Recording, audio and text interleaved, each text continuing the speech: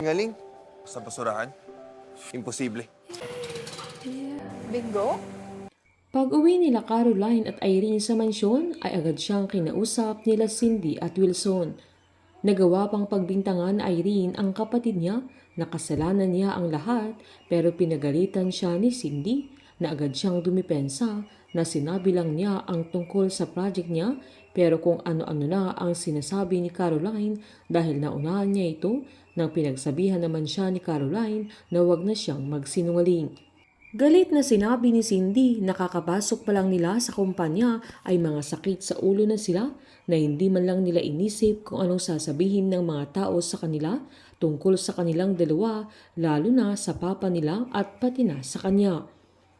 Habang sinabi naman ni Wilson na masyado na silang naging maluwag sa kanila na nakalimutan na nilang igalang ang kumpanya at ang pangalan ng pamilya nila na alam niyang magkaiba sila ng ina pero alang-alang sa Diyos ay magkapatid pa rin sila na pareho niya silang anak na ayaw niyang magkaroon ng anak na hindi marunong rumespeto sa pamilya nila na binigyan niya sila ng maganda at matiwasay na buhay pero kailangan nilang tanggalin ang lahat ng karapatan nila na kailangan nilang mamuhay ng may respeto at kahihiyan. Nang tumayo ito ay agad niyang sinabi na kung kinakailangang mag-umpisa sila sa pinakababa ay gagawin niya yun para ipaalala sa kanila ang values ng pamilya nila na halatang galit si Wilson. Bago niya iwan ang dalawa ay binili niyang kailangan nilang gumising ng maaga dahil sasama sila sa kanya na bibisitahin nila ang isang matandang kaibigan ng pamilya nila para siya ang magturo sa kanila na hindi aasa sa pagiging tiyo. Agad namang umalma si Cindy na wag niyang dalhin sila Caroline at Irene kay Aling Cathy dahil alam niya kung papaano mahihirapan si Irene pero nanindigan si Wilson na panahon na para makilala nila ang matanda. Si Aling Cathy ang nag-train kay Wilson mula pagkabata at naranasan niya ang pangdidisiplina ni Aling Cathy sa kanya na tinatanaw niyang utang na loob dahil kung hindi dahil sa ninang Cathy niya ay hindi siya magiging isang successful chairman ng GLC.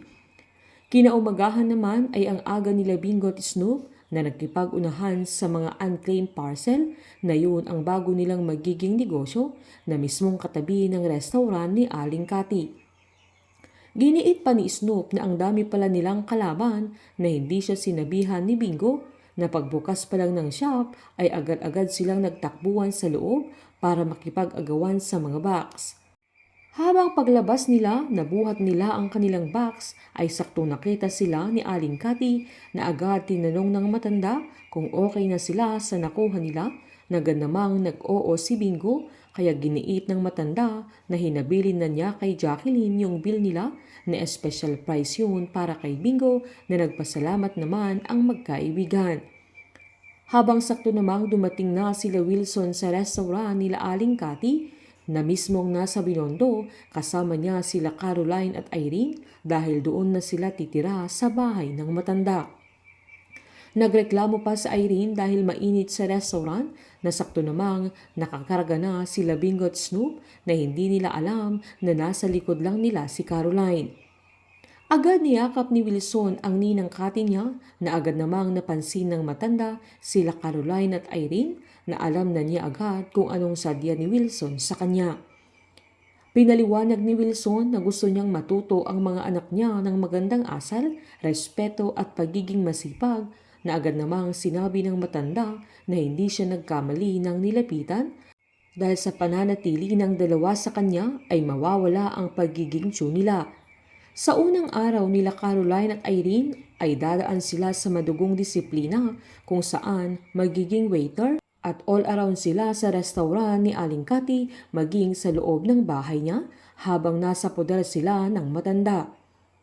Kinagabihan habang nagtapon naman si Caroline ng basura ay dumaan si Bingo pero nakayuko ang dalaga na nakaupo na sinilip pa ni Bingo pero nagdalawang isip ito na si Caroline ang nakita niya dahil alam niyang hindi naman aabot si Caroline ng ganun kaya umalis ang binata pero nakita din siya ni Caroline na nagawa pa niya itong tawagin.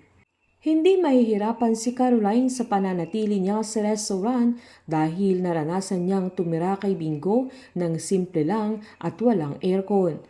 Magiging magkalugar na sila Bingo at Caroline na araw-araw na silang magkikita, lalo't kaibigan ni Aling Cathy si Bingo na talaga namang hanga siya sa kabaitan at kasipagan ng binata. Painit ng painit ang mga tagpo, sabay-sabay po nating subaybayan ang advanced episode ng Can't Buy Me Love dito po sa aking channel. Patuloy lamang pong manood at mag-subscribe para ma-update po kayo sa mga susunod na episode. Marami pong salamat!